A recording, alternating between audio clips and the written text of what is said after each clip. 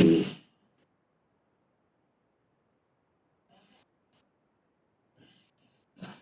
This okay? Can you see my screen?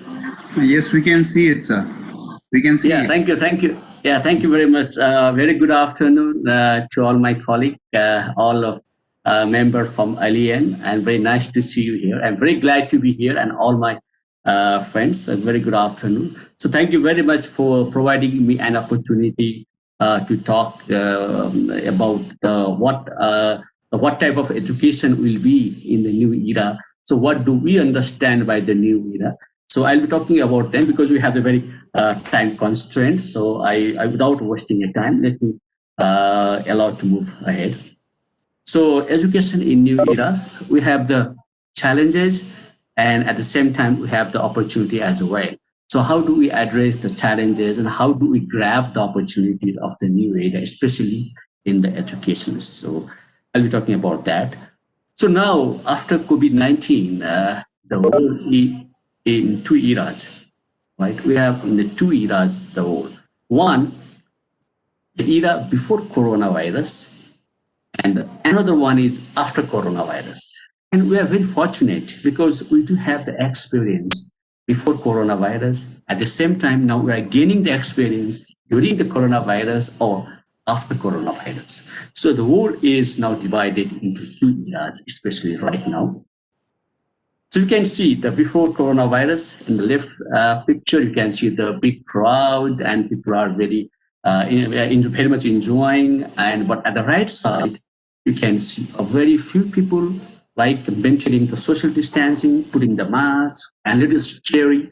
Right? So this is the scenario right now. So we are not free to move anywhere. Even if you go, we have to follow the safety protocol. So this has made the world into two eras. But what it is said, like even all after or during the COVID-19, so the new era will be different, will be entirely different. Everything will be changed. Our economy system will be changed. Our health system will be changed. Our business structure will be same. Even our the political structure and foreign affairs also will be changed. And of course, at the end of the day, education also will be changed. And if we do have the vaccine, right? So we are working for the vaccine. Entire globe now they are working day and night for the vaccine. But the world will be entire different place with the different challenges. We will not have the challenges as that we used to have before the coronavirus. The challenges are the different. And the experience that we had before the coronavirus had set to zero. What does it mean? Like now, I cannot say like I have been teaching at the university for more than 25 years because those experiences may not help me to move ahead into the new era. If someone claims I have the experience in the banking sector for the 15 to 20 years, maybe that experience may not help. So we have to be very careful. So that is what I wanted to share. And the world has become more interdependent, right? Because of the COVID-19, because of the coronavirus. We are not only interconnected, we are more interdependent. Let's take the example now. We are now almost every day we can watch the television, we can read the newspaper about the economic dispute between US and China. But at the end of the day, the reality is if something goes wrong between those two countries, both countries will be affected. US also will be affected. At the same time, China also will be affected. Why? Because we are more interdependent. So that also has given the message to entire world. Now we are all connected and more interdependent to each other in the two eras. During the pandemic, so many areas are affected. Tourism, economy, agriculture, almost all areas are affected. But health and education are two prime areas. Why health and education? Like we can see the health situation like the senior citizens are reluctant to visit to the doctor for their routine checkup. They are scared to visit the nursing home or the hospital, the medical consultant, right? And then, at the right hand side, you can see the education. People are still locked down at home. Students are not able to go outside and play with their friends. So this is the situation. These are the most affected areas during the pandemic. So what is the state of arts of education? Because once I have said it is the most affected, definitely I have to tell like why. How can I say that education is highly affected during the COVID-19? There's a report by the UNESCO. They have said more than one schools are closed in 191 countries because of the COVID-19. 1.5 billion students are affected. 63 million primary and secondary teachers are now there at home. This shows that is highly affected, right? And higher education, universities, like 175 countries universities are closed in 175 countries, and 13% of the total number of students are affected. So this is the scenario, state of arts of education in COVID-19. And COVID-19 has made entire education system C2C. That is a class to the computer. We are not aware like when this pandemic will come. We are not trained. There was no plan, but all of a sudden we had to move from class to the computer. And during this time, COVID-19, 25% of the classes are suspended. The classes was replaced by distance learning and distance teaching by 67%. 7% classes were cancelled. Only 2% were not affected. Thanks God it's not 0%, but 2% is not. Right? And the mobility, there is no mobility. Students are not moving from here to there. There is no exchange program. There is no exchange research program. 89% people, the mobility was affected. All these data, I got it from International Association of University. They have done the survey. They have produced the report. So this is the state of art of education in COVID-19. And the facts are education before coronavirus should not be same as education after coronavirus. It is entirely different. We should not teach the same thing what we used to teach before. Why? Because these challenges are the different. Like our curriculum, our course structure was designed before the coronavirus. When it was designed, we had never thought of such pandemic will come and mix entire old thought. We never had such thought, right? And so this, as I have said, so challenges are the different. So if we have the different challenges, how can we expect these new challenges can be addressed by the old curriculums or old structures? So education has to be the different. But we should not be scared, like there will not be lack of employment in after Corona era. In next era, we should not, because people are talking about the technology and replace. No, only there will be shortage of skills for the new jobs. So we have to hunt, we have to explore, we have to identify what are the skills that are needed for our children to survive in the new era. For that, we need the new educations, right? So that is my point of saying here. And so don't you think that we have to redefine the education then? Yes, we have to redefine the education. Like it is not only to get a handsome salary and to go abroad, right? So there was a survey done in the US, like more than 80% of the students they told the main purpose of getting good education is to get good job. Good job means good salary, good handsome salary, right? And many people in developing country, if you ask them, oh, I want to go somewhere in developed country, right? To go abroad. But this is not a scenario now. This is not a fact now. So we have to redefine the definition of education as well. Why? Because we have to equip our this generation and the next generation to address the present and the future global challenges.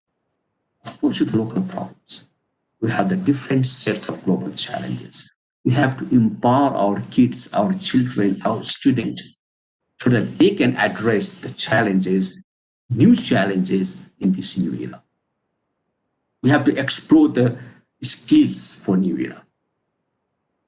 And how? Because we have to identify my perspective. Like this is, we have to identify what are the things that we have to rectify or filter out in education problems, or understand the existing education and what are the problems.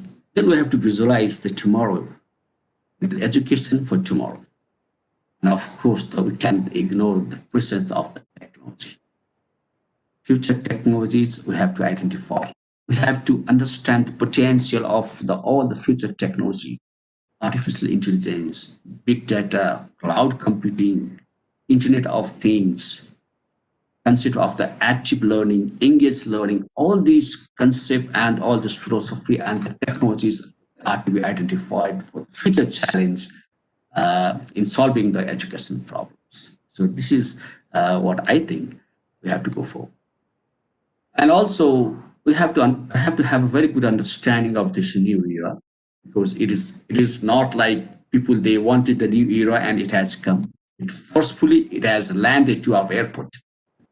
Our air traffic controller was not ready this aircraft to land, but they forcefully landed. Once it landed, we have to take care of those aircraft. And so this is what we have to do, and we have to work for the formulate thoughtful and the pragmatic policy response. I'll give one example of a couple of minutes. I wanted to say, like, we have to understand, we have to have a good understanding of this new era. What are the challenges? What are the pitfalls? What are the opportunities? What exactly that we have to do? Okay? So this we'll talk a little after. And this has given a very different message. I read one article a few months back, and it was written in 2019. For the first time, the world had more people over the age of 65 than under the age of 5. Don't you think this is challenges in our education in the new era? Because inside the government, this money or the concentration will be to take care of the senior citizen, right? So especially for developing country, like where always there's a financial constraint, where there's always very tough time to convince the government for the research activities. Then we may have get a very less research fund during this time. There is another challenge. So we have to take care of that also. And challenges in COVID-19 or new one is technology and also the psychology. Because many people, what I have seen, even my students, they keep on asking me, yes, professor, when we get a time to go to our college? Hey, professor, when you get a time to go to our college and to meet our friend, when I can see you. But I'm very helpless to say, because I still do not know how long it will take. Only I can say, please have patience. Please take the opportunity, even if you are at home, take the opportunity to upgrade your skill. Don't worry. There's always a bright sunshine at the other side of the tunnel. So this is what I do, and I convince my student. This is the scenario. And another challenge is like, I don't know, like in other countries, but most of the countries, education, like we have not taught our students like how to work from home and how to learn from home. They have never taught them. Now it is needed. What to teach? Another question. If I say like education system has to be restructured, has to be revisited, so what to teach, what they have to learn, and how to teach. Simply using the like available Zoom, Meet are not the solution. This is only for the like junk food, right? It's junk food. Taking a time is okay, but it's not for the long run. So this is another challenges. Evaluation is another challenges. There are so many. I have seen there are so many products for remote proctoring using the artificial intelligence that are coming up. So these are the challenges. Challenges and Moore's law of education. Moore's law is not only for the microprocessor. It is now giving a big challenge to the education also. Education is keep on changing because knowledge depreciation rate is so high that if we do not update ourselves, we'll be like a history. And this is all because of the Moore's law of education. So how do we adapt the pace or the speed of the education? That is the challenges. So this is what we have to understand. And this pandemic also has given a pressure to the higher education because at the one side of the coin, we say and we hear and we read like most of the jobs will be automated by the technologies, right? And the other side of the coin, if it is so, then we have to rethink what to teach and how to teach. This is a new pressure. There is a pressure for the COVID-19. Many people are victimized. Many people are suffering. But other pressure is like we have to now think during this pandemic, like and university because many parents, they have lost their job. They are getting a half salary. They are not able to provide the tuition fee for their kids. So they are expecting the university to reduce the price of the tuition fee, maybe by the 50%, 60%, right? We have to reduce the price. But at the same time, we have to build the digital ecosystems. So this is another challenge that we have right now in higher education. And what will be the employment or employability and what type of skills they need? That is another one. And digital economy and digital society. So how can our children, our student, our country can contribute to the digital economy? So there are so many challenges. But one is it's fortunate because the challenges come to our life to unlock our potential, right? So this is the big opportunity, and every adverse situation comes to our life to make the realization that we also do have the potential of doing something. That is the good part. And also we have to be the global in the age of nationalism. So these are the challenges. But we have to be very careful in new pedagogy because what we do right now, and if we cannot do, it will not only affect this generation, but it will affect to generation to generation. Right? At the end of the day, after 10 years, after 20 years, if the student, they look at our eyes and ask, Professor, what did you do during the pandemic? Why didn't you change the curriculum? The things that you have taught us, now it is useless. If they ask such question, we will not have the answer. This is what. And another one is what I have said, the Moore's law of education. 20th century teachers educating 21st century students, 100 years of gap. We have to update ourselves. We have to follow the Moore's law. We have to realize the knowledge depreciation rate is very high, so we have to update ourselves. That is also one of the big challenges in the higher education, for updating the teachers. Okay, so let's shift our track for COVID-19 because everywhere when we talk about COVID-19, I have some different feeling of COVID-19, and I share in almost my all the presentation why COVID-19. It is I'm not in position to blame a community or the people who get the bad and virus spread it throughout the world. Okay, and why still the COVID-19 is not getting controlled? So my perspective is like look at here first. The West and US on the left side and Eastern Asia. London and Seoul, I just compare. London, which has the higher population than the Seoul, right? And 6,000, little more than 6,000, almost 7,000 people are died because of COVID-19 in London, whereas only 57 in Seoul. almost 20 million population in New York and more than 32,000. This data is a little old, but it gives us some idea. Tokyo, at the other side, 37 million, and death by COVID-19 is 427. Why so? Right?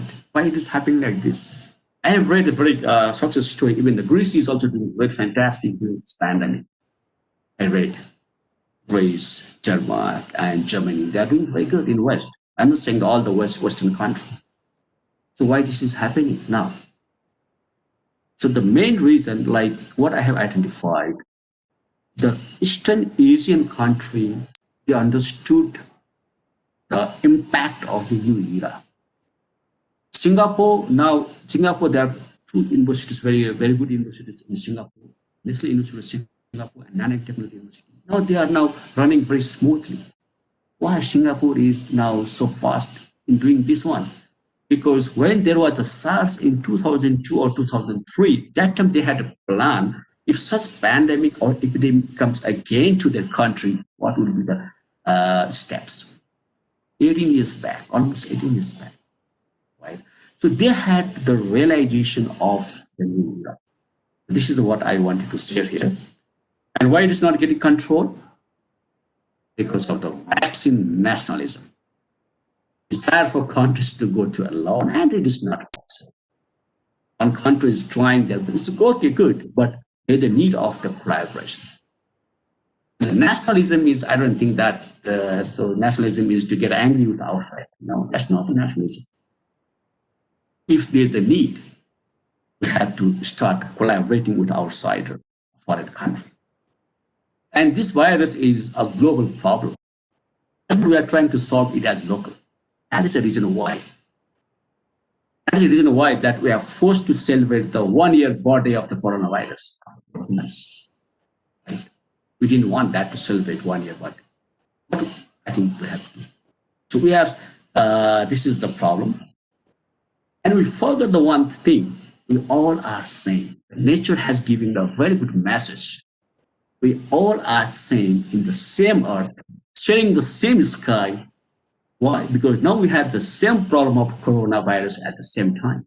The problems that the America had, the problem that Japan had, the problem that the Vietnam had, the problem that Nepal has, the problem. For the coronavirus is the same. It's no different, right? This message has given, and we need a compassion and more solidarity for them. So how do we survive? So in or after coronavirus, Usman, who will survive a little fast. We're running out of time. So I have generated one equation. So we have the before coronavirus experience and after coronavirus also will have it. But we have to have the adaptabilities. We have to increase our level of adaptabilities. Then only we can survive. Okay, so this is what, and the pandemic has reshaped every system, and innovation and accepting change are the prerequisite for the survival. This is what I wanted to say. And 1.2 billion people around the world will be displaced by 2050. They said, right? So no country will be able to escape the impact of the climate crisis. So we have to have now this other side of the coin. We have the opportunity as well. So how can we grab the opportunity? So in order to grab the opportunity, we have to understand the balancing the universal forces. Almost all in all my presentation, I say this my slide. Universal forces is one is the globalization. Right? We should not forget the importance of the globalization. We should not ignore the potential of the technology. There's so many technology coming up, and why East Asia is now getting control of the coronavirus because of they are using the IT, they are using information technology, they are using the artificial intelligence to detect and do all these viruses. And also the climate change. So all these three pillars are the building blocks to make the triangle, and so issues and challenges are to be addressed for the pandemic. So this is what I wanted to tell you. And yes, so creativity, critical thinking, communication, and collaborations, these skills that we do need. Do you think that those skills can be imparted to the student from the existing our curriculum? If so, it's okay, fine. If not, we have to rethink. Right? Is it okay? Like our education, like they increase the curiosity, courage, resilience. We have to understand this. And what employment skills are still missing? It's one: conflict, persistence, change, and ambiguity. These skills that we have to give to our students for the new era. How? It's up to us. Now, having said all these things, having said all these all cases example, and we have now active learning also plays a great role in during the pandemic. It has a great responsibility as well, and it has a great features or the attributes which can address at some extent in the new era. So at our university with my colleague Dinesh, so we have this active learning lab at our university at Kathmandu University. But because of the lockdown, so you can see the empty chair. Otherwise, it is always you'll find the crowded. Okay? And here you can see like we have had COVID-19 with active learning. You can see my colleague Srestha, he was giving the presentation. And we came to know like yes, engage and the collaboration, creativity, and communication which are needed in this new era. All these features can be contributed through the active learning. So that is the what we have concluded. And also Kathmandu University, you can visit our this website and you can see all the activities here. And we use this problem uploaded in the platform, okay, for this through the active learning arena. And problems are given in a group, and now we are using and we try to make them more engaged, right? So empty minds the devil's workshop. So we do know that phrase very well, and we are trying to give the problem to the student, and they ask to give the solutions and to have the collaboration and cooperation. So the conclusion, like no country is safe until every country is safe. It's not like if you say, like, just take the example, if Vietnam, my friends, I say Vietnam is safe. If Vietnam is safe, if Cambodia is not safe, Vietnam is also not safe. If China is not safe, Thailand is not safe. So the entire country in the globe, they have to be safe. And that has made one country with different systems and with the higher interdependencies. And we have to understand the nature. So our curriculum, our education systems should also cover nature. Because we hardly give any information, any knowledge about the climate change, carbon dioxide emission, greenhouse emission, like fossil fuel burning. We hardly give those things. We have to give these things also too, because 2050 it is estimated by 2050 all the carbon dioxide emission will be zero. So how to understand our nature? And nature is always very kind to us, and we should not depend upon the previous experience. If we lose our win, we do it together. And the future is in your hand, right? But depends upon how do we manage this crisis. Let us not so careless right now, so our future generation will be affected. And entire education system has to be structures. Okay, so the take-home message of my today presentations, my last slide is let's explore an active learning for pandemic. Again, it is like we have one this holy book, we say the Gita. So the more you read the Gita, the more you find the new thing. So active learning is also like same thing, right? So the more you read go for the active learning, the more and more the features you find, and definitely those features can address the pandemic. And if you wait for another pandemic to appear, it will be too late. Let's not wait. Okay? So if COVID-19 goes, maybe COVID-20 come or COVID-21 comes. Right? And existing education system has to be structures. There is no doubt, because we have the new challenges. Let's not expect to meet new challenges with the old forces. Okay? This is what we have to do and solve the new problems for the new opportunity in the new world. Thank you very much. This is my, I think, half an hour time, 30 minutes. Thank you very much, Nikila. Yes. Thank you, Manish. Thank you. Thank you for Yeah. the presentation. Does someone have a question for Manish?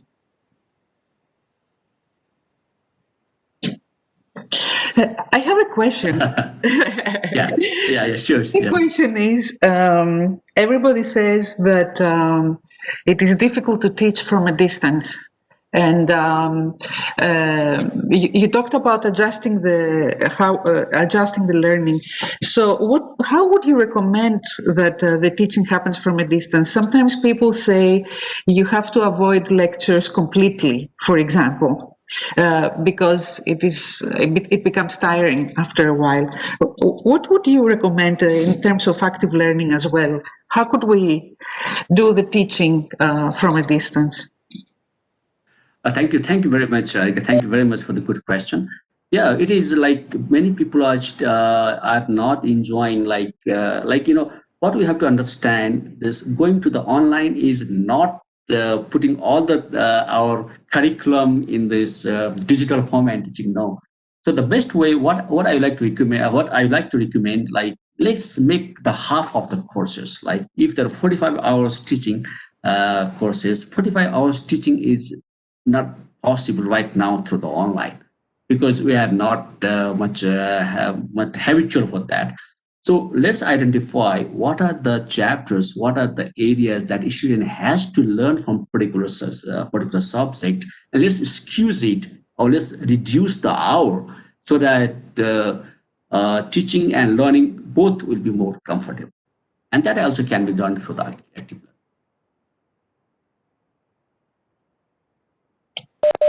Thank you, Manish. Thank you. So I think we're going to be interrupted in any way in 5 minutes because WebEx is not forgiving at all in terms of time. Okay. So Okay. I would like to thank Manish very much for his willingness to give us this very nice presentation and very interesting with very different perspectives. And so thank you, Manish. And I think we're going to close the call. Okay? Yeah, thank you very much. Thank you. Thank you. Thank you.